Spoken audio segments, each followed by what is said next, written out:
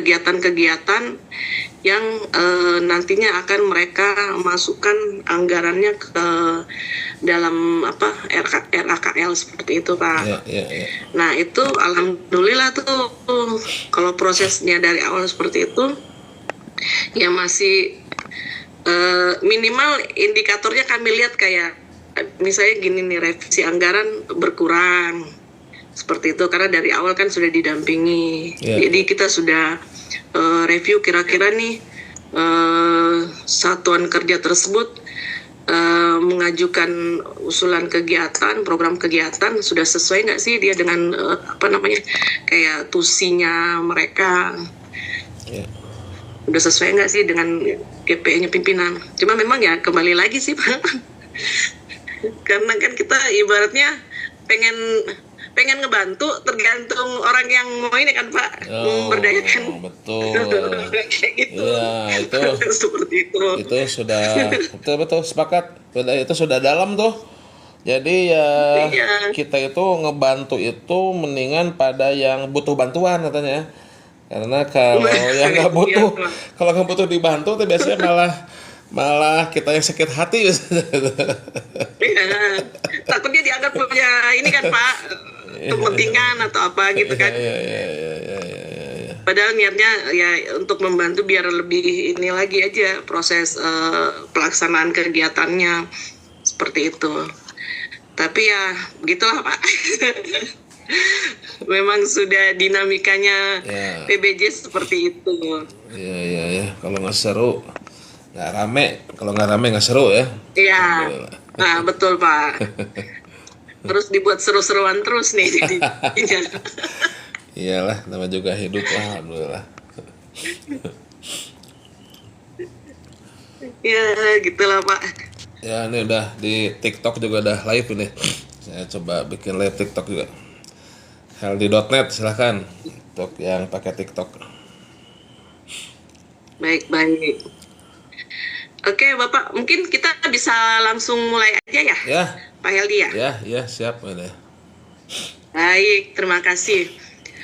Assalamualaikum warahmatullahi wabarakatuh. Salam sejahtera untuk kita semua. Selamat malam. Kita bertemu kembali dalam program kegiatan yang rutin dilaksanakan oleh Inspeksi kolaborasi dengan Healthy.net. Terima kasih nih Pak, sambutan kerjasamanya luar biasa sekali. Ini merupakan kegiatan yang kalau kata orang kan hari Jumat selalu berkah ya Pak ya. Amin. Mudah-mudahan kegiatan kita ini menjadi Jumat berkah buat kita semua. Insyaallah. Sehingga bisa menambah pemahaman ya kan, menambah wawasan, pengetahuan kita sebenarnya bukan hanya untuk insan-insan pengadaan ya Pak, sebenarnya buat masyarakat yang ingin mengetahui tentang pengadaan barang dan jasa mengikuti kegiatan kita ini. Jadi nanti teman-teman yang tertarik belajar PBJ nanti bisa secara rutin mengikuti kegiatan ini. Untuk malam ini kalau kita lihat materinya ya Pak ya, terkait dengan harga perkiraan sendiri nih Pak Heldi, kesannya itu kayak kayak teknis banget gitu ya Pak ya. Jadi kayaknya ini cuma buat orang PBJ aja nih gitu ya. Padahal sebenarnya kalau kita perhatikan gitu ya, atau kita lihat keseharian kita, sebenarnya kita itu udah sering loh ya melakukan penyusunan harga perkiraan sendiri. Cuma mungkin bentuknya lebih sederhana aja gitu ya. Contohnya kayak gini lah Pak, kayak saya ini kemarin waktu anak saya mau masuk kuliah, dia kan sempat bilang nih ke kami, Papa Mama saya butuh laptop nih buat bantu saya dalam kegiatan belajar nih. Nah kita kan nggak langsung ACC nih Pak Heldi. Jadi kita tanya dulu, kamu tuh butuhnya apa, kan seperti itu. Butuhnya apa, spesifikasi laptopnya seperti apa. Nah, kemudian anaknya identifikasi kebutuhannya gitu. Saya butuh laptop yang seperti apa. Nah, dari situ kemudian dia mencari nih dengan spesifikasi yang dia butuhkan. Dia cari nih beberapa brand, beberapa tipe yang sesuai. Nah, baru kemudian dia cari juga harganya. Setelah itu dia baru ngasih tahu nih, papa mama untuk kebutuhan laptop saya, sesuai kebutuhan saya butuhnya laptop merek ini, tipe ini. Ada beberapa perbandingan yang setara, harganya sekian, seperti itu. Nah, ini kan sebenarnya sudah kita lakukan ya Pak ya. Cuma memang buat masyarakat maupun kita sering menganggapnya ini adalah sesuatu yang kayaknya PBJ banget. Padahal ini sebenarnya adalah kegiatan yang sering kita lakukan gitu, seperti itu. Gimana nih menurut pendapat Pak Heldi ini, Pak? Iya, siap. Keren. Ya, terima kasih tuh udah suatu gambaran yang natural, yang alami sebetulnya, ya, natural alami. Bahkan kalau komentar saya untuk barusan cerita Bu Hidayah, saya agak lebih ekstrim lagi, Bu.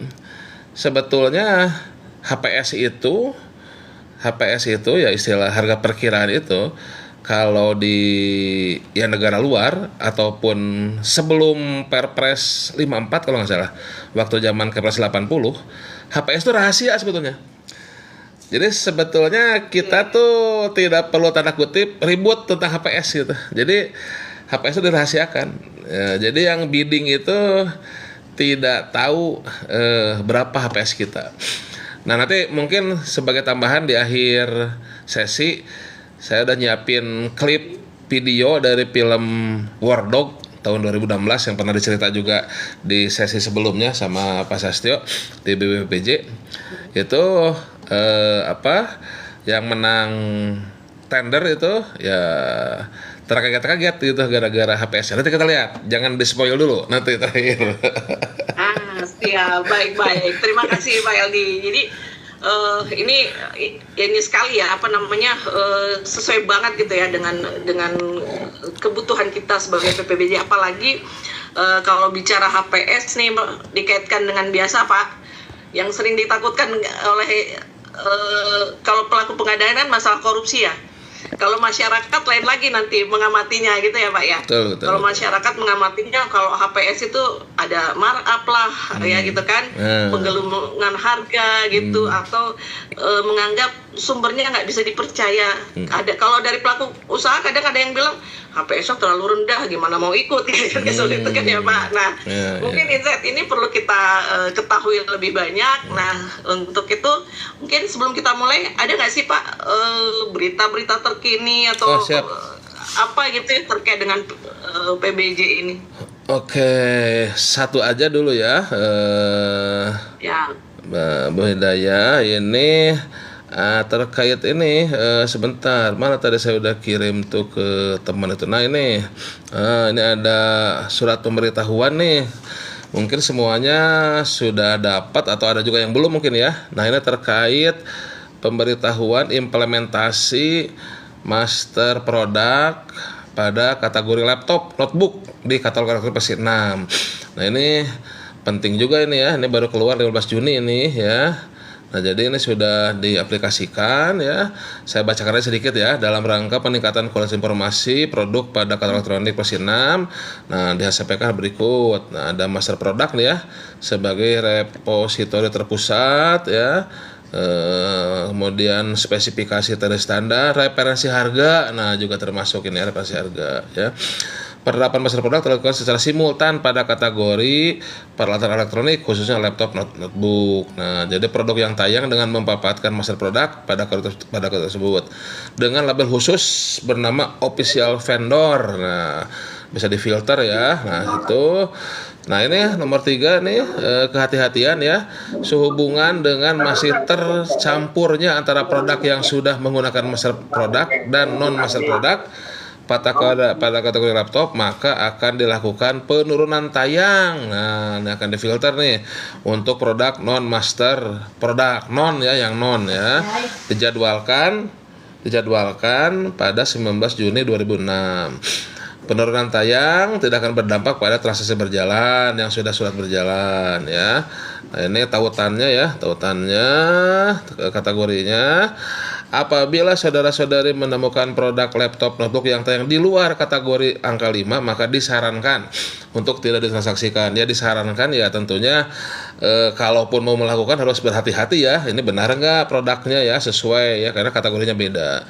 Kemudian harus apabila ada sesuatu bisa melaporkan, silakan seperti itu. Itu kurang lebihnya. Nah ini kategorinya, ini penting karena laptop kan banyak dipakai ya. Nggak bisa diklik di sini. Ini kategorinya silahkan bisa di link. Informasi banget ya, ya. Jadi nanti bisa saya sharing ya untuk ininya, untuk suratnya ya, surat resminya. Harusnya sih sudah terkirimkan ke teman-teman di KLPD ya, harusnya seperti itu. Mudah-mudahan. Gitu. KLPD. Iya, Bapak. Oke, Pak, terima kasih. Ini bisa jadi ini juga ya buat teman-teman yang nantinya akan melakukan transaksi, harus lebih berhati-hati lagi kategori laptop ini. Kalau jangan sampai transaksi tapi nantinya bermasalah. Jadi teman-teman jangan lupa tetap melakukan klarifikasi terhadap produk-produk yang akan Bapak dan Ibu transaksikan. Oke, baik Pak, mungkin kita bisa mulai ya untuk materi penyusunan harga perkiraan sendiri. Saya persilahkan waktu dan layar, saya persilahkan ke Pak Heldi. Silakan baik, Bapak. Terima kasih. Saya izin share screen ya. Share screen. Oke. Sudah terlihat share screen-nya ya.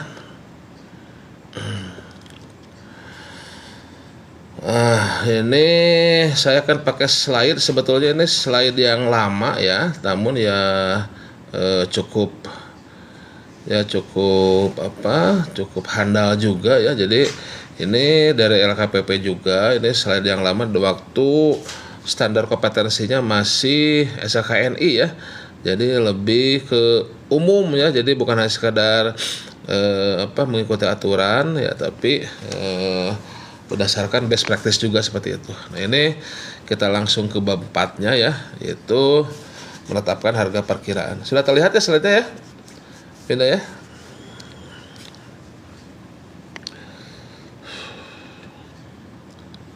Sebentar.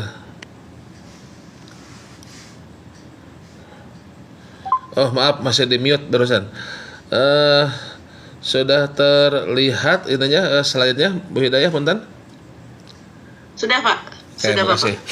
Jadi ini adalah slide dari materi, sebetulnya udah agak lama ya, dari materi SKKNI ini ya dulu tuh. Jadi sebelum ke SKJ itu dulu pernah ada SKKNI. Jadi ini materinya bukan hanya untuk pemerintah tapi bisa dipakai untuk swasta juga. Jadi kita bisa lebih luas lah gitu ya pengetahuannya, bukan hanya PBJ pemerintah seperti itu. Sehingga ada dasar-dasar juga ataupun ada hal-hal juga yang di luar dari perpres kita seperti itu ya. Nah kita mulai paparannya ya. Nah ini mungkin sebetulnya agak berbeda dengan modul dari perpres ya. Nah, jadi bahasanya nih, makanya nih perkiraan harga menurut tahapan atau waktu dari suatu project, dan ini konstruksi ya, itu pada tahap konseptual ya, conceptual estimating. Jadi kemudian pada tahap pembuatan gambar dan desain ya, square foot and assembling estimating. Nah kemudian satu lagi ada tahap pengadaan. Nah ini sudah ke detail estimating, jadilah harga perkiraan sendiri seperti itu. Nah salah satu rumus yang bisa dipakai dalam harga perkiraan yang umum adalah, nah ini ada perkiraan unit ya, unit perkiraan ya. Ini A tambah 4B plus C. Nah ini dari umum ini ya. Jadi yang A itu minimumnya ya yang sejenis, yang B-nya itu rata-rata ya, yang C harga maksimum, nah dibagi 6. Nah, ini salah satu model. Jadi sebetulnya banyak model ya untuk membuat harga perkiraan. Nah, makanya kalau menurut saya pribadi, harga perkiraan itu ya tidak ada salah dan benar ya. Bagaimana nanti kemampuan ataupun keahliannya, makanya HPS harus dibuat secara keahlian ya. Bagaimana keahlian dari yang membuat HPS-nya, dan juga akan ditentukan oleh nanti kompetisinya. Jadi kalaupun kita harganya itu tanda kutip agak jauh dari pasar, nah tapi ketika dikompetisikannya benar, pasti akan mendekati harga pasar seperti itu. Jadi kalau menurut saya pribadi tidak ada istilah HPS itu yang benar atau yang salah. Yang salah itu ya yang menyusun HPS tapi diawali dengan pelanggaran pagar pengadaan seperti itu ya. Itu, nah ini salah satunya bisa dengan konsep harga perkiraan seperti itu ya.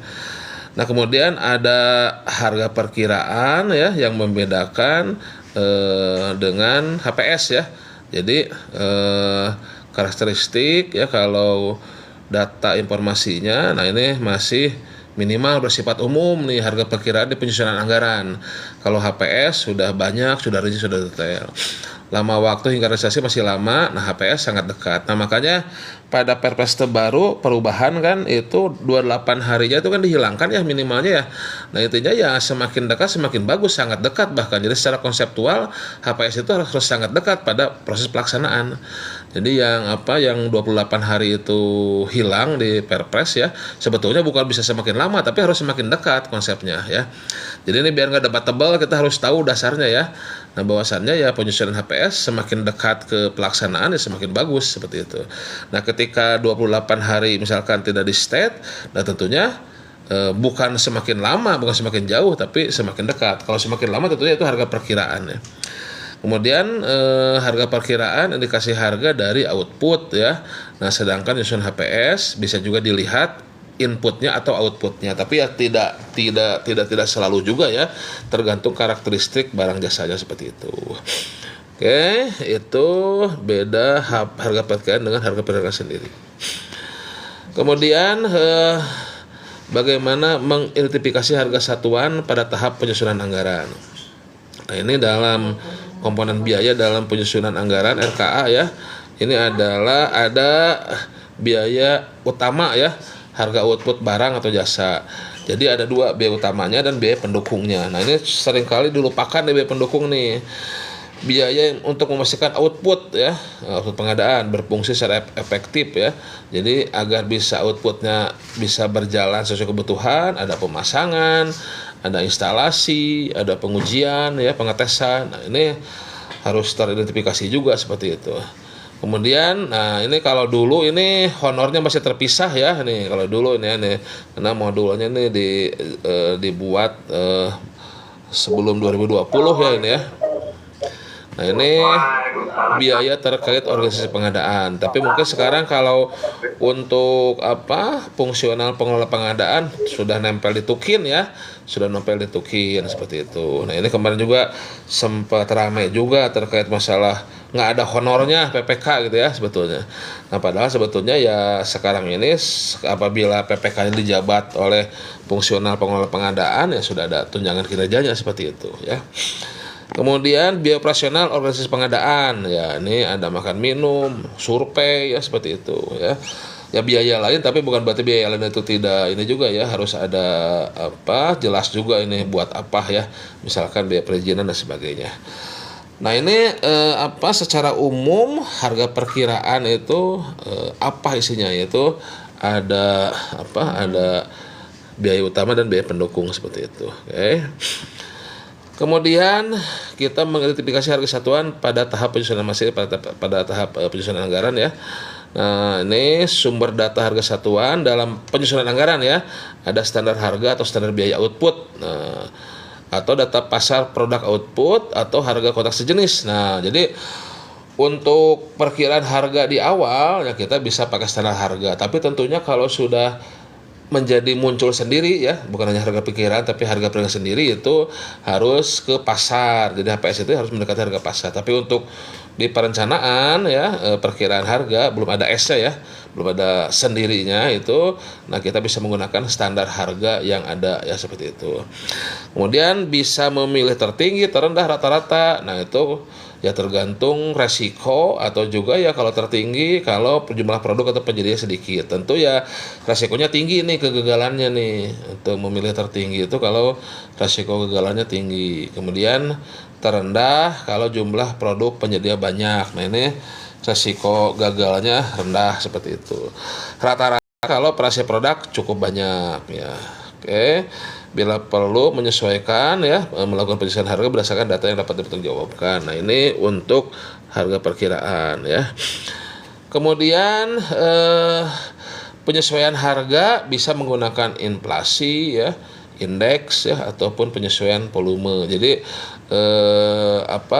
bisa nanti kalau misalkan ada inflasi ya tentu ditambah ya indeks dari, misalkan ini dapat data dari Jakarta, kalau Sumatera mungkin lain lagi, di Kalimantan lain lagi, ada indeksnya seperti itu.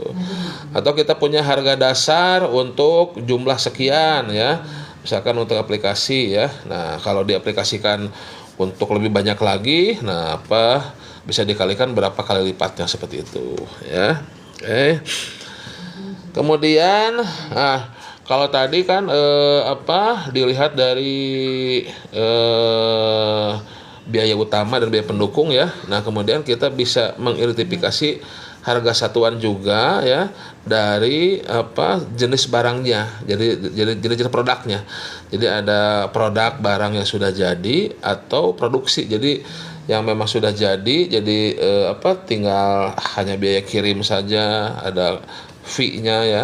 Nah, atau ya barang yang jasa yang custom, jadi produksi, jadi ada input, proses, outputnya. Nah, biasanya kalau barang jadi itu ya kita definisikan barang kalau di pengadaan ya. Nah, tapi kalau konstruksi, jasa lainnya atau konsultan secara umum biasanya ini merupakan produk yang butuh proses. Jadi ada materialnya, ada peralatannya, ada tenaga kerjanya, seperti itu ya.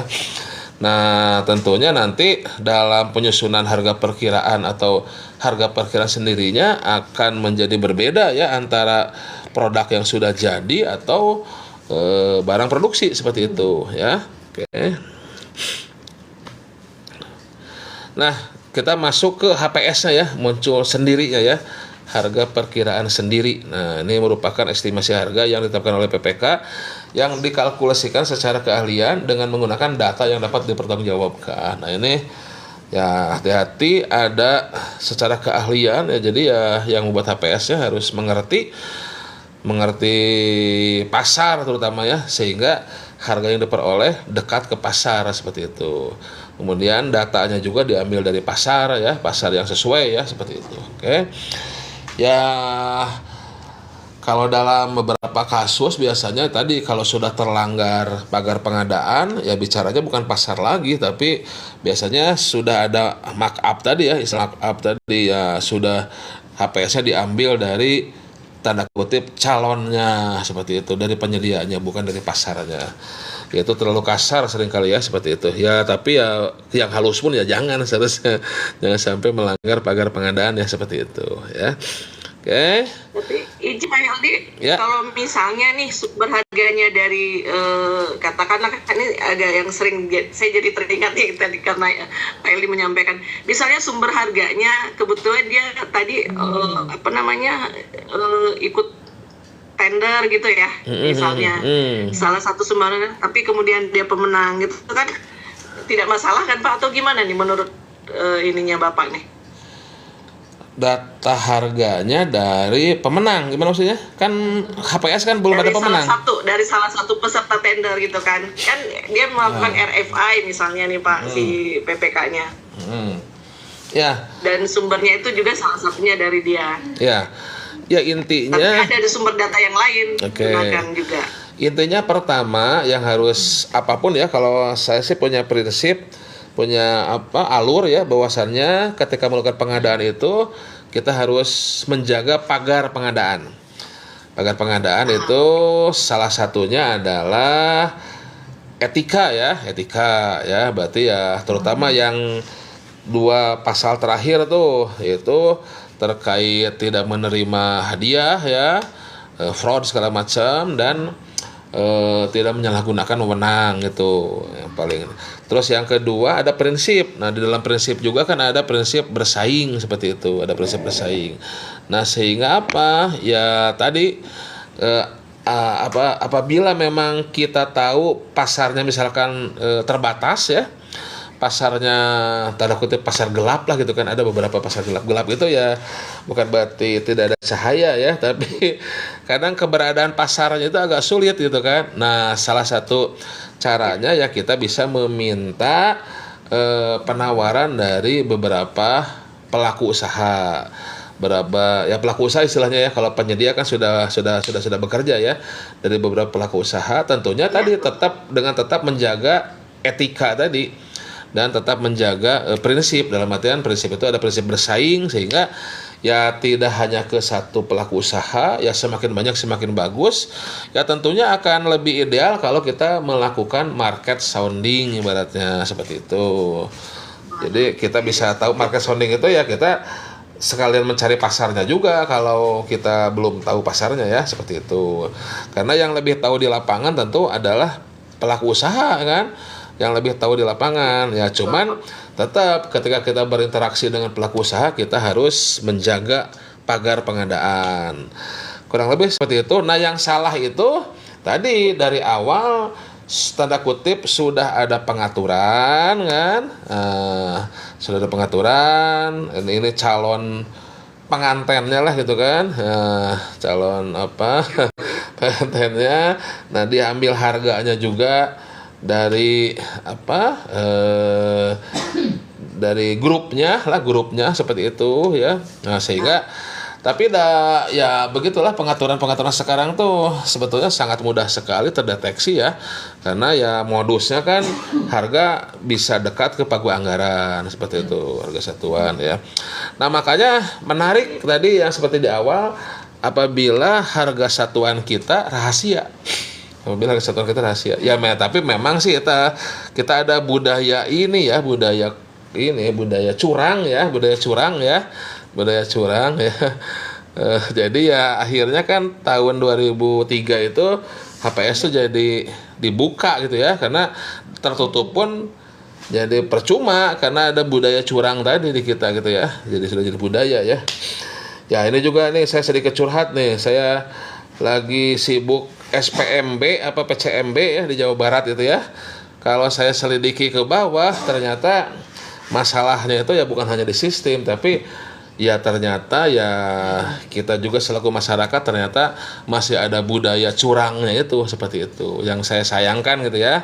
Yang saya dugaan budaya curang, dugaan gitu ya. Seperti itu. Kita budaya ya. Siap. Ya, kita lanjut lagi ya. Siap. Kayak nggak apa-apa kalau ada ini dipotong, nggak apa-apa, silahkan. Mana tadi ya? Astagfirullah. Sama sih. Mana tadi? Ini bab 3-nya bab 4. Nah, oke. Nah, secara implisit ya mengatur tentang tadi yang keahlian tadi ya, syarat kompetensi penyusun HPS. Nah, berarti harus memiliki keahlian. Jadi PPK ya kalau memang tidak memiliki keahlian ya bisa bisa meminta konsultan atau meminta tim tenaga ahli yang bertugas memberikan masukan dalam penyusunan HPS ya gitu ya. Jadi merupakan pilihan bila PPK tidak memiliki keahlian atau tidak memiliki waktu dan tenaga yang cukup bila dibandingkan dengan volume pekerjaan yang dilaksanakan. Oke. Permintaan masukan dalam penyusunan HPS kepada pihak lain bukan berarti PPK melepas tanggung jawab. Nah, jadi tetap tanggung jawabnya ada di PPK ya. Tanggung jawab tetap ada di PPK ya. Dalam penyusunan HPS. Jadi nanti yang tanda tangan dan bertanggung jawabnya adalah pejabat pembuat komitmen ya untuk penyusunan HPS, seperti itu. Oke. Kemudian penetapan perkiraan harga untuk penyusunan HPS. Oke. Nah, untuk barang ya, PPK dapat menentukan HPS setelah dilakukan identifikasi komponen harga, komponen biaya yang diperlukan agar barang yang diadakan dapat berfungsi efektif. Telah dilakukan identifikasi harga satuan, ya tadi komponen-komponennya apa saja ya, sudah cocok belum dengan spesifikasinya, kemudian harganya ya tersebut sampai di lokasi pekerjaan, serta mempertimbangkan level saluran distribusi. Nah kemudian ini juga penting ya, saya juga ini juga namanya belajar bersama juga ya, jadi saya juga belajar ya, mengingatkan diri sendiri ya, telah melakukan pengujian kecermatan. Nah ini kadang saya pribadi juga suka agak kurang teliti, ini kadang harus dibantu ya. Kecermatan perhitungan dan penyembelahan biaya-biaya komponen, serta telah memperhatikan ketentuan lainnya ya. Ya ketentuan lainnya ada overhead, keuntungan yang wajar ya. Memperhitungkan bukan berarti sama dengan menambah ya. Perhitungan itu dalam artian kalau sudah include di dalamnya ya sudah, berarti tidak perlu tambah lagi seperti itu ya. Oke, itu terkait penyusunan HPS ya. Nah sekarang kita masuk ke barang ya, barang. Nah ini langsung ke contohnya. Jadi barang, kalau barang HPS barang sih formatnya sederhana ya. Nama barangnya apa ya, kemudian volumenya, harga satuannya jumlah berapa, seperti itu. Kemudian kalau ada biaya pengepakan, biaya ada ya. Kalau ada biaya pengiriman ya silahkan ditambahkan. Kalau ada biaya instalasi juga silahkan ya. Ada pengujian bila ada silahkan, seperti itu. Oke. Kemudian untuk jasa lainnya. Nah, untuk jasa lainnya berbeda dari segi komponen-komponennya. Ya, PPK dapat menentukan HPS bila telah dilakukan identifikasi terhadap komponen biaya. Nah, ini juga ya komponen biaya itu untuk memenuhi SLA-nya ya, untuk memenuhi layanannya, service level agreement-nya ya. Nah, komponennya apa nih pada jasa lainnya biasanya ada nih, itu upah tenaga kerja, bahan, material, alat. Kemudian ya manajemen fee-nya ya, keuntungannya dan biaya overhead, transportasi, biaya lain berdasarkan jenis jasa lainnya. Kemudian identifikasi volumenya, komponennya serta asumsi yang digunakan. Nah, ini lebih advance lagi kalau ya kontraknya menggunakan performance base ya, berbasis kinerja. Ini nanti SLA-nya akan lebih dalam lagi seperti itu ya. Oke, kemudian telah dilakukan identifikasi harga satuan komponen tersebut sampai lokasi pekerjaan ya, menggunakan informasi hasil analisa pasar. Kemudian tentunya menggunakan kecermatan penjumlahan biaya komponen tersebut secara keseluruhan menjadi nilai dari HPS. Oke. Itu untuk jasa lainnya ya. Nah, ini contohnya gaji tenaga kerja, asuransi ya, asuransi dan BPJS. Nah ini juga ini apabila membuat seperti ini jasa lainnya, kita juga harus ya tanya ahlinya. Saya juga ya ini harus beberapa kali adendum nih terkait asuransi ya untuk jasa lainnya ya. Ya ini ya itulah, kita harus tanya kepada ahlinya ya kalau memang kita tidak mengerti seperti itu ya. Kemudian bahan, alat, ada baju seragam, ya untuk THR bisa diinkludkan ya, dan kemudian ada manajemen fee-nya ya, keuntungannya. Ini untuk jasa lainnya. Contohnya. Nah, kemudian untuk jasa konsultan, nah ini bisa berbasis biaya, bisa berbasis pasar, atau berbasis keahlian. Nah, ini ada ketentuan untuk konsultan. Nah, ini ada personil dan non personil. Nah, personil ini minimalnya 60% minimal, karena kan konsultan kan tenaga ahli ya, jadi personilnya minimal itu 60%, harus lebih banyak tenaga ahlinya daripada non personilnya. Tapi ada pengecualian ya, kalau memang pengecualian kalau memang konsultannya memang membutuhkan biaya non personil yang lebih mahal ya, yang relatif mahal. Contohnya survei pemetaan tuh. Survei pemetaan ya, bidang saya dulu itu untuk sewa alat aja ya lumayan mahal ya, sewa alat survei, sewa GPS ya, atau bahkan kalau ngukurnya surveinya pakai untuk di laut misalkan ya, tentu ada sewa kapal lautnya, ada kalau pakai fotogrametri ya pesawat terbangnya kan dan sebagainya. Itu kalau memang non personilnya lebih mahal ya ini bisa dikecualikan. Tapi secara umum apabila memang kondisi normal untuk konsultan itu aturan mainnya adalah personilnya minimal 60% dan non profesionalnya maksimal 40% seperti itu. Oke. Ini untuk konsultan. Nah, contoh konsultan ini ada personil ya, ada personil itu ya personil nanti apakah tim leader, apakah ada tenaga ahli arsitek sipil, tenaga apa gitu ya. Nah, kemudian non personilnya ya seperti itu. Nah, nanti penawaran itu ada aturannya terhadap biasanya terhadap gaji tetapnya ya, jadi perusahaannya ya, ada yang 4 kali atau berapa kali itu ya. Jadi tidak boleh terlalu tinggi juga dalam penawarannya seperti itu. Kalau sekarang ya kita bisa juga menggunakan dari asosiasi bisa, tapi disesuaikan tentunya ya dengan kondisi anggarannya seperti itu. Oke. Nah, penyusunan harga untuk konsultan bisa berbasis pasar. Telah dilakukan identifikasi bahwa penyusunan HPS dilakukan dengan membandingkan harga atau biaya untuk menghasilkan keluarkan pekerjaan output dengan tarif harga yang berlaku di pasar ya. Contoh jasa konsultan desain halaman web situs, ini harga pasarnya berapa. Atau berbasis keahlian bahwa HPS dilakukan menilai tarif berdasarkan ruang lingkup keahlian, reputasi, hak eksklusif yang disediakan dimiliki oleh jasa konsultan. Misalkan jasa konsultan penilai integritas dengan menggunakan sistem informasi yang telah memiliki hak paten. Nah, ini berbasis keahlian. Jadi ini ya berbeda sedikit dengan yang tadi di atas ya seperti itu. Oke. Kemudian untuk konstruksi. Nah, kalau konstruksi ini biasanya seumumnya ini ada konsultannya ya, ada konsultan perencana atau perancang ya. Ini berdasarkan rancangan rinci ya. Jadi ada EE dan ada DED-nya ya. Nah, nanti menghasilkan gambar dan spesifikasi. Nah, ini untuk konstruksi ya, kalau memang PPK tidak memiliki kemampuan ya bisa dilakukan oleh konsultan ya, perencana atau perancang seperti itu. HPS sudah, nah ini kalau di Perlem 12 untuk konstruksi khusus sudah memperhatikan biaya operasional yang wajar untuk pekerjaan konstruksi sebesar 15%. Nah, di dalam analisis harga satuan pekerjaannya ya, di dalam AHSP-nya, nah sudah memperhatikan hal tersebut. Nah, ini contoh formulir HPS untuk pekerjaan konstruksi ya. Oke, nah ini jadi ini per item pekerjaan.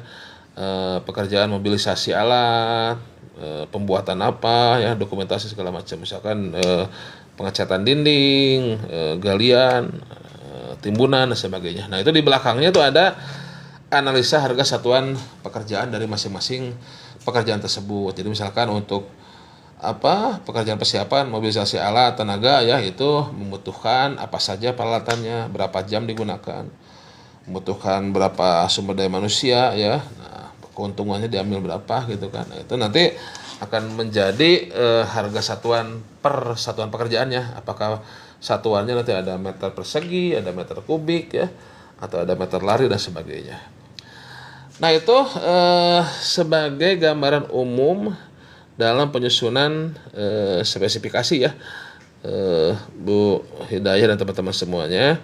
Nah, kalau di dalam Perpres ya, di dalam Perpres kita tahu ini kan bahasanya lebih ke umum ya, ke SKKNI. Nah, kalau dalam Perpres kita selain tadi oleh yang keahlian ya, dan menggunakan data yang dapat dipertanggungjawabkan, di dalam Perpres juga ada fungsi dari HPS ya, yaitu sebagai batas tertinggi penawaran ya, karena memang sudah dipublish ya, jadi tidak rahasia.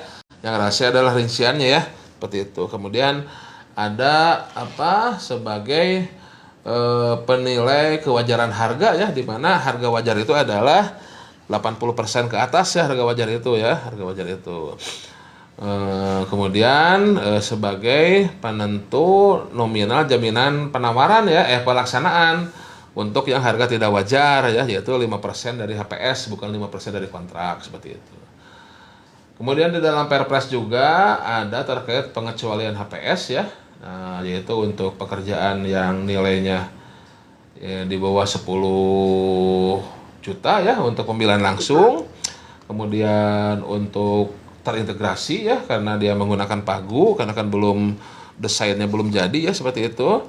Kemudian untuk e-purchasing itu asalnya tidak diperlukan, sekarang tidak diperlukannya maksimal 100 juta ya. Jadi kalau di atas 100 juta purchasing tetap harus pakai HPS. Tapi kalau udah sebentar, ya minta minum dong ya, angkat bentar.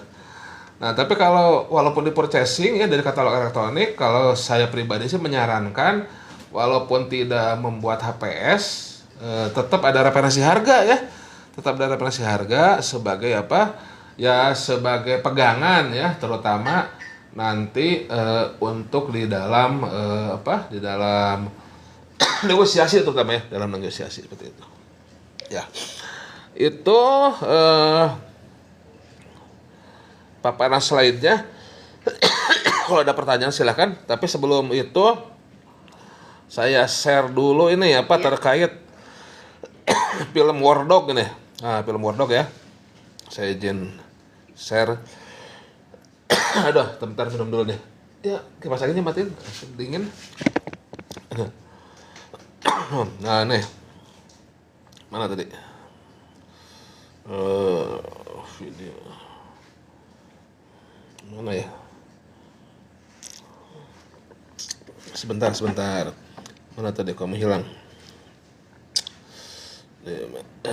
Dokternya. Screenshot. Ini. Oke. Mudah-mudahan tidak kena copyright ini ya.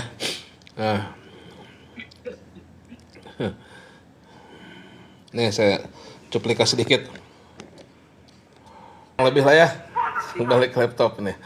Nah, jadi ini apa? Dia tuh submit itu 300 juta dolar ya. Submit kemudian nego jadi 298 juta dolar ya. Itu yang di film War Dog ya, film War Dog itu. Film apa? Sebetulnya sih ya buat vendor jangan dicontoh karena itu perusahaannya perusahaan abal-abal ya seperti itu. Nah, tapi dia kenapa kesal karena dia ternyata menawar rendah gitu ya. Jadi 53 juta dolar lebih rendah dari penawar di atasnya seperti itu. 53 juta dolar dari penawar yang lebih terkenal ya seperti itu. Karena ya sebetulnya kalau di luar tidak HPS itu dirahasiakan sehingga sehingga tidak tahu HPS-nya ya jadi menawar tuh bisa turun ke bawah apalagi kalau ada inovasi ya, apalagi ini vendornya memang tanda kutip banyak inovasi nih, cuma inovasinya ya begitulah kurang baik sebetulnya. Jadi banyak. Kalau di swasta bukannya seperti itu juga ya Pak ya? Kalau di sektor swasta kita di negeri kita juga seperti itu. Biasanya kan mereka secara praktek juga memang kalau mereka bilang pagunya ya, itu benar-benar rahasia. Betul. Jadi nanti mereka mengirimkan penawaran itu kayak semacam kalau kita kan dulu kayak tender cepat kan, berulang-ulang penawaran sampai ditemukan penawaran yang paling wajar seperti itu ya. Tapi kalau kita kan sulit ya Pak ya. Transparansi anggaran itu. Ya betul. Ya dulu kita pernah merahasiakan HPS itu pernah ya. Sehingga tujuannya apa? Ya kalau secara best practice kita merahasiakan HPS itu tujuannya agar memaksimalkan inovasi seperti itu. Jadi biar inovasi dari penyedia bisa maksimal dan ya akan diperoleh harga yang tadi bagus juga seperti itu. Nah, tapi ternyata yang maksimalnya bukan inovasi tapi ya tadi banyak kecurangan sehingga HPS-nya bocor seperti itu. Itu. Ya, betul. Sehingga ya udahlah dibuka aja lah gitu kan HPS-nya. Nah, tapi silahkan.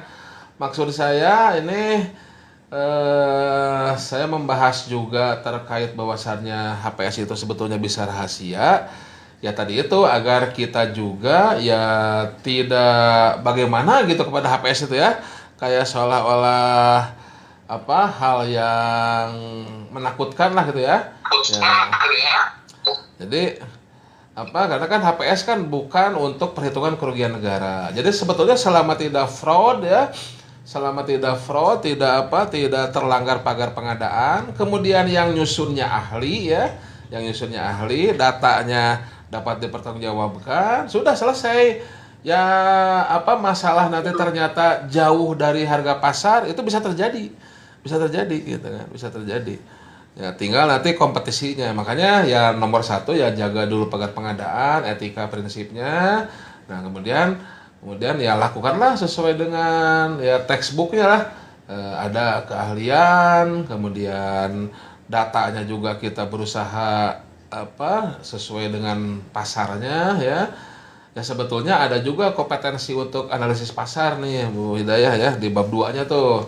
Nantilah kita bagaimana analisis pasar. Jadi sebetulnya ya ilmu pengadaan tuh lumayan juga ya. Bukan sekedar ilmu perpres seperti itu, ada teknik-tekniknya.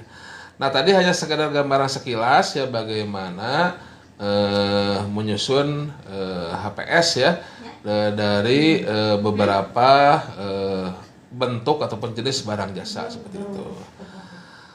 Begitu Bu Hidayah, mudah-mudahan. Nah, siap. Rekan-rekan, teman-teman ada yang ingin bertanya? Nah, kalau belum ada, ini sedikit nih Pak Heldi yang sering saya sering sudah ada nih Pak ya. Silakan Mbak Anis, kalau ingin bertanya silakan. Baik Ibu Moderator, terima kasih. Selamat malam Pak Heldi. Malam, siap. Mohon izin sebelumnya kami off cam Pak karena sedang di jalan. Aman. Jauh soalnya nih Pak. Waduh, di mana? Baik, terima kasih Pak. Baik, terima kasih Pak Heldi, Bu Hidayah. Karena pembahasan tentang HPS. HPS ini kan banyak menimbulkan kegalauan para PPK lah ya, pelaku pengadaan. Tidak hanya PPK, pemilik juga iya gitu kan. Namun izin, terkait penyusunan HPS Pak, untuk jasa lainnya sewa gedung Pak, izin. Nah, ini kan kami selaku PPK melakukan approach market ya, melakukan pendekatan pasar juga di dalam menyusun sumber HPS. Nah, kemudian terkadang memang jadi agak kurang yang kita lakukan terhadap analisa pasar kita di lingkungan sekitar lokasi ke objek sewa itu sudah tepat atau belum gitu, meskipun kita juga melakukan RFI itu ke beberapa objek yang setara dan setipe. Nah, kemudian ada opsi lain yaitu menggunakan konsultan penilai Pak, menggunakan konsultan penilai untuk menilai kewajaran harga objek gedung yang akan dijadikan sewa.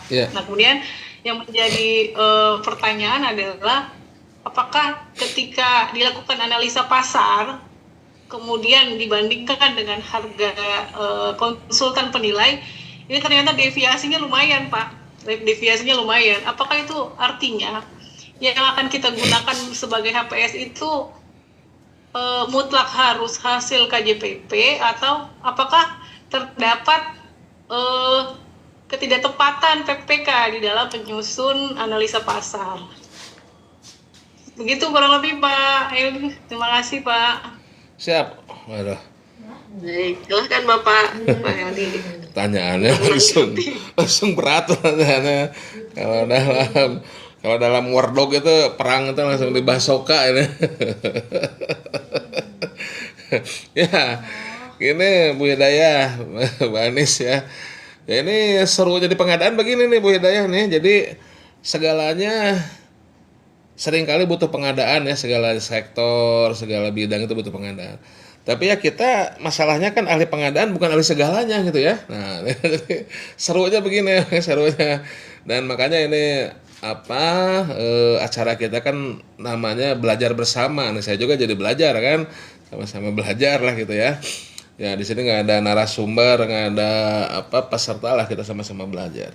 Ya tentunya saya juga jadi belajar nih, untuk sewa gedung ini yang dilakukan oleh Bu Anis ternyata sangat sudah lengkap sekali ya, yaitu sudah dia meminta request for information dari penyedia ataupun pelaku usaha yang sesuai ya. Kemudian juga menggunakan konsultan ya, dan ternyata ada selisih yang signifikan gitu kan. Nah, bagaimana ini diambilnya ya. Ya ini kalau pendapat saya pribadi ya, tapi bukan dari teknis ya ini, karena ya tadi itu kita kan ahli pengadaan kan bukan ahli segalanya. Saya juga jujur bukan ahli sewa menyewa gedung ya. Nah sehingga paling yang bisa jawab, tapi kita diskusi ya, silakan Bu Anis nanti bisa direspon. Kalau dari sisi pengadaan, ketika terjadi kurang lebih seperti itu kondisinya, maka kita kembalikan ke resikonya, Bu Anis, risknya.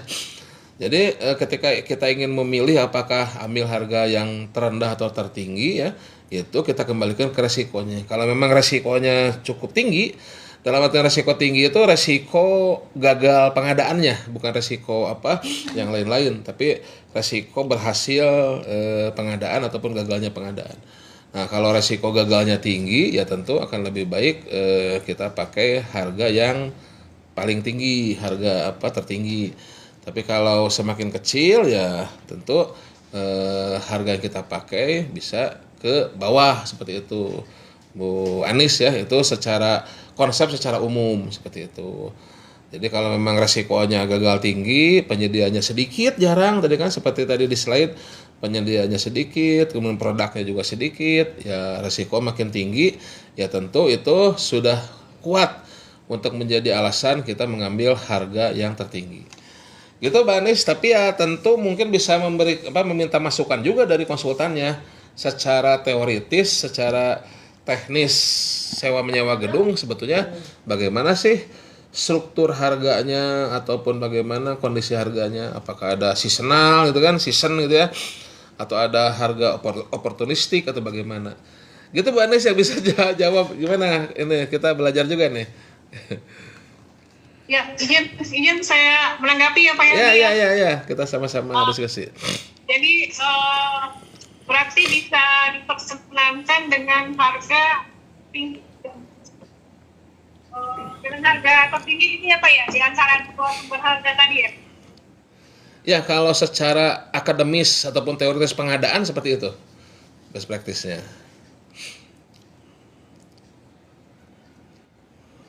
Yang penting ada justifikasi ya Pak Heldi ya. Betul, dan pagar pengadaan penetapannya. Iya, dan pagar pengadaan tidak terlanggar. Jadi kita ngambil harga tertinggi itu bukan untuk kickback. Nah, itu yang salah itu ya.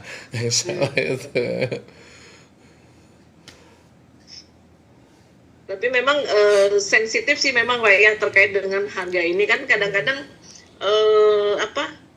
kita kan harus membandingkan itu dengan sesuatu yang apple to apple ya, sama ya. Kadang-kadang mungkin merek atau tipe sama, ini ambil contohnya ya, tapi spesifikasinya sama, tapi ya pasti harganya bisa saja berbeda gitu kan. Nah itu mungkin perlu tadi seperti yang disampaikan Pak Heldi, untuk penetapan mau menggunakan harga tertinggi, terendah, maupun rata-rata ya dilihat dari tingkat resiko pengadaannya seperti itu. Betul. Mungkin termasuk juga kalau misalnya kayak ini ya Pak Heldi, kapan kita ya, tadi saya sempat lihat di slide-nya misalnya untuk menambahkan overhead atau tidak gitu, mungkin juga kan perlu dilihat juga bagaimana karakteristiknya gitu ya Pak ya. Betul. Pada saat melakukan analisa pengadaan barang gitu, mungkin ada yang bisa ditambahkan overhead, mungkin bisa ada yang tidak, karena agak mengkhawatirkan juga nih Pak kalau bicara overhead gitu kan. Ya. Karena dia termasuk biaya tidak langsung gitu kan, biaya pendukung, tapi ya seperti itu, takutnya malah gara-gara biaya kita menambahkan dalam komponennya kita overhead, malah terkesan jadi seperti markup seperti itu ya Pak. Izin. Ya sebetulnya kata kuncinya tadi di keahlian tadi, walaupun ya tadi untuk menghadirkan keahlian tadi juga di kenyataannya kita juga suka agak kesulitan ya, karena kan untuk menghadirkan keahlian tadi kalau kita kurang ahli, tidak ahli kan itu perlu konsultan, berarti kan harus ada biaya tambahan gitu ya. Atau ya bisa diakalin dengan bantuan teknis dari owner lain ya. tapi ya tetap mungkin harus dihonori juga seperti itu ya. Namun intinya ya tadi seperti yang sudah dikatakan, kalau kita sudah menghadirkan keahlian, datanya juga sesuai dengan pasar yang kita ketahui sesuai, selama tidak ada fraud, itu Bu Hidayah dan teman-teman semua jangan takut kalau misalkan dikatakan tanda kutip salah ya. Kalau menurut saya pribadi sih nggak ada istilah salah, mungkin agak jauh dari pasar dan sebagainya. Tapi itu tentunya akan menjadi hal administratif saja kesalahannya gitu kan. Tidak akan menjadi hal pidana. Kadang kita sering takutnya kan ditarik ke pidana. Nah itu biasanya kalau masuk ke pidana itu ya kalau ada pelanggaran terhadap etika tadi, terhadap pagar pengadaan ya. Nah itu baru bisa ditarik ke ranah pidana. Jadi jangan takut kalau kita merasa ya masih kurang atau gimana ya kalau pagar pengadaan terjaga tentu kalaupun ya mau dibendalik gitu ya, kalaupun dinyatakan salah ya kan nanti paling Anda tidak jadi PPK lagi, alhamdulillah kadang gitu kan, tidak jadi PPK lagi gitu.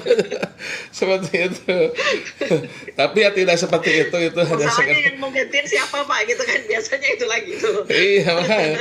Jadi akhirnya iya nggak ada yang mau jadi PPK lagi ya tetap lagi mungkin kita tetap dipakai ya. Tadi ya intinya justru kalau menurut saya pribadi hal yang menarik dalam pengadaan itu ya kita bisa terus belajar ya, bisa terus dari satu produk ke produk lain, satu pengadaan ke pengadaan lain itu kita terus bertambah gitu ya, menjadi satu tantangan kita belajar lagi. Gitu Bu Hidayah dan Bu Anis ya. Mungkin jangan lupa kali ya Pak ya, terdokumentasi barangkali ya Pak ya. Karena kan seringkali teman-teman melakukan kegiatan, aktivitas tidak didokumentasikan, padahal ini kan penting banget gitu ya. Betul. Dalam penyusunan HPS gitu kan. Kita aja mendokumentasikan ya Pak. Kalau tadi kembali kan di kebutuhan sehari-hari saja kita dokumentasikan. Misalnya tadi mau beli laptop dapat di mana gitu kan, seperti itu kan. Sumbernya dari ini, ya gitu kan. Iya. Kadang kalau pekerjaan pemerintah. Betul. Kadang kalau keseharian kan karena dituntut oleh validasi kan, pasang status ya, validasi dari yang lain. Lagi di mana Bun? Nah gitu kan, wah jalan-jalan aja ya gitu. Tapi kalau anak-anak sekarang ya Bu Hidayah ya, tapi kita juga catch up sih insya Allah. Ya nampaknya bagus ya, sudah bisa memanfaatkan teknologi digital ya. Jadi dari itu tidak perlu biaya, bahkan sangat mudah sekali ya, misalkan dengan menggunakan cloud ya, apalagi teknologi sekarang sudah ada sharing langsung upload, jadi tinggal kalau dokumentasi itu tinggal share screenshot langsung taikin ke cloud, ke Google Drive ataupun OneDrive ya, udah bikin directory sudah tersusun ya, tinggal dirapihin aja.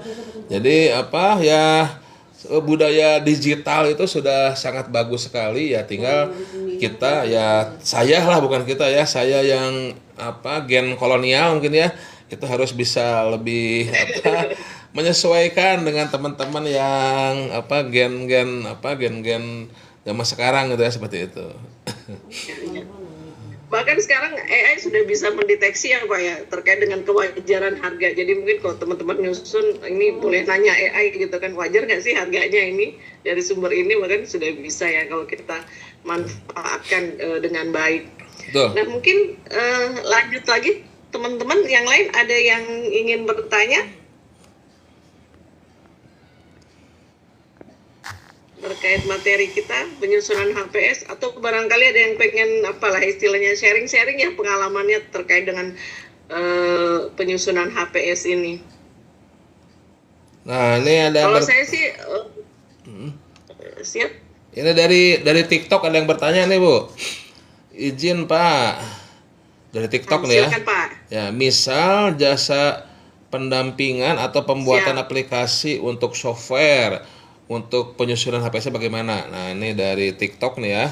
Ini namanya biasa kalau TikTok namanya suka agak aneh-aneh, XMD nggak tahu apa nih, pokoknya dari TikTok ya.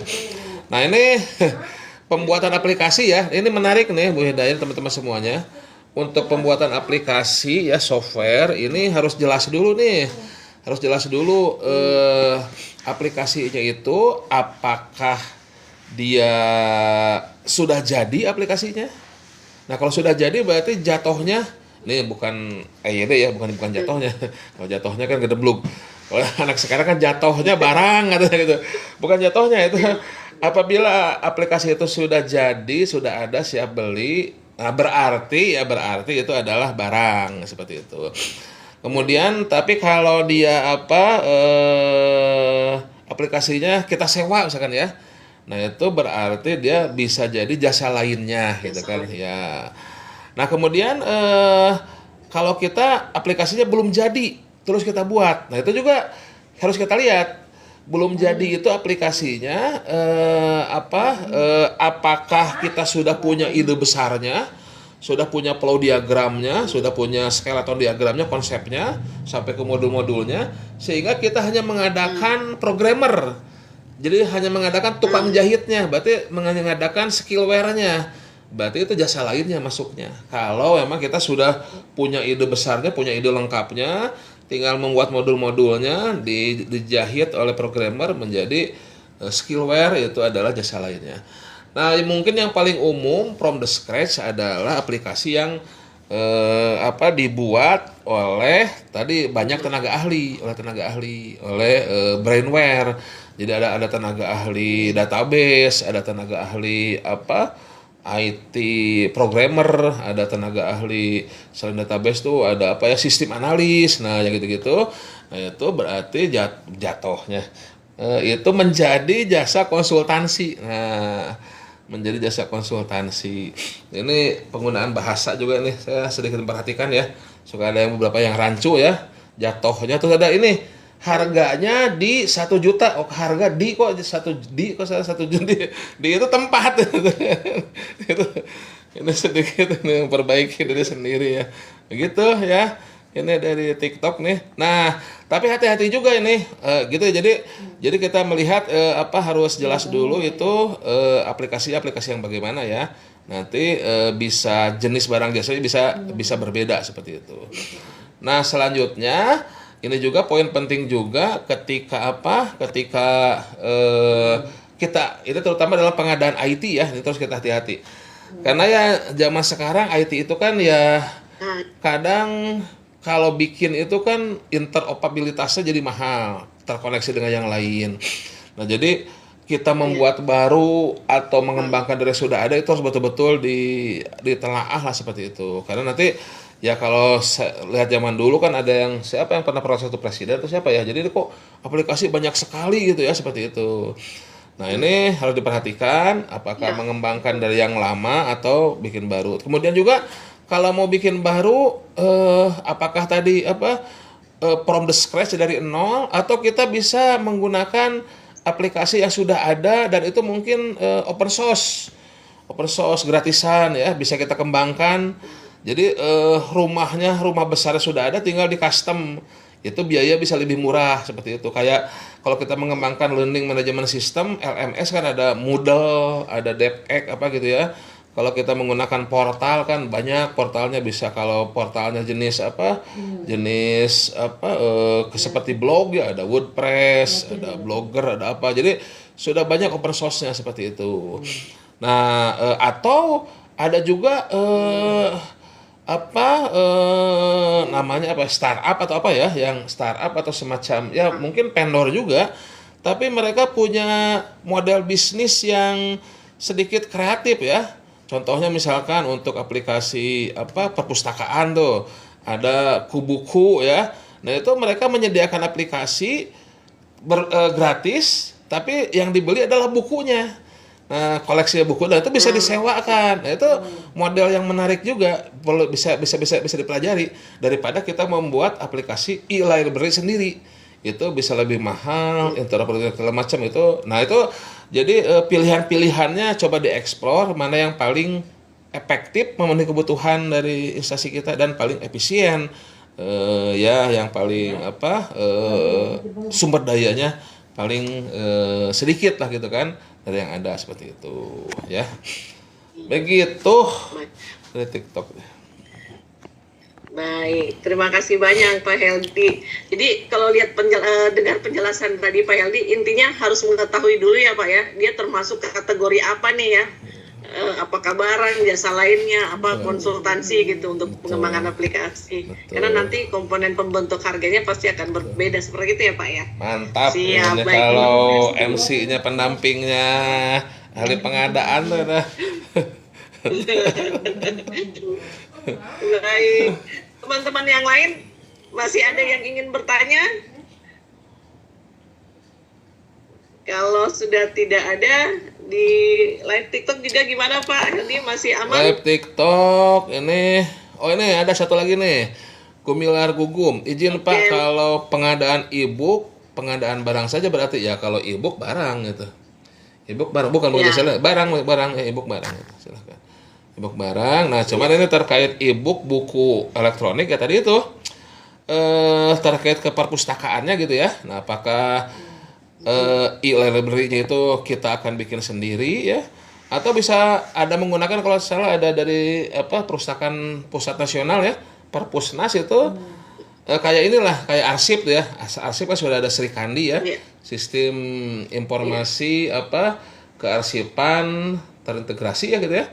Nah, itu dinamis terintegrasi Sri Kandi untuk arsip ya, daripada bikin lagi aplikasi sendiri untuk arsip ya kita pakai yang dari Andri seperti itu. Jadi ya harus banyak explore juga. Nah itu menurut saya pribadi serunya di pengadaan tuh begitu Bu Hidayah dan teman-teman semuanya ya. Ya orang pengadaan itu emang harus yang senang belajar gitu ya. Gitu.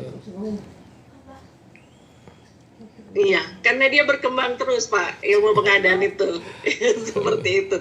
Tadi ingat, saya juga sambil mengingatkan biasa Pak, kalau dari ini tadi terkait e-book gitu ya. Jangan lupa nih teman-teman juga kalau misalnya penggunaan e-book itu hati-hati juga, jangan sampai ada hak cipta di situ gitu kan. Betul. Seperti itu hak ciptanya. Jadi dia harus sesuatu yang legal gitu ya. Untuk diperdagangkan seperti betul. Apalagi ini kalau jualan e-book yang scam itu tuh. Dulu pernah tuh ada siapa namanya jadi beli satu e-book tapi nanti tuh dibuat kayak banyak gitu kan, dan bikin landing page-nya jadi kayak bisnis gitu kan. Padahal hanya e-book gitu. Kayak multi level marketing itu, member get member, padahal yang dijualnya e-booknya sama juga semua itu. Nah, itu perlu hati-hati juga Pak, jangan sampai gitu kan ada pengendara kita juga, karena pengadaan kan juga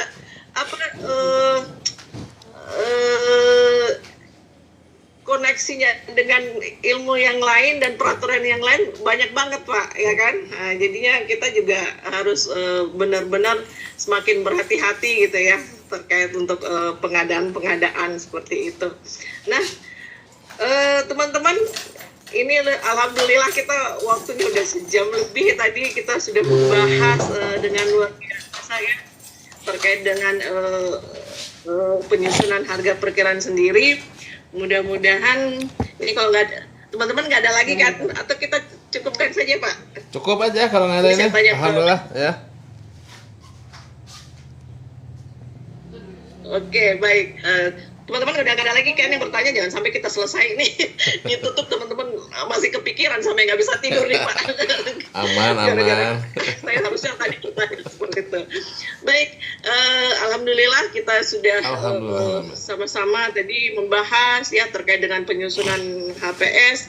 Mudah-mudahan memberikan dan menambah wawasan kita semua. Terima kasih ke Pak Heldi yang berkenan untuk sharing, berbagi dengan kita. Semoga menjadi amal ibadah ya Pak ya. Amin. Dan memberikan manfaat besar-besarnya buat kita semua. Dengan akhir kata, alhamdulillahirrabbilalamin, kegiatan kita saya tutup. Jangan lupa Bapak dan Ibu, ini adalah program rutin.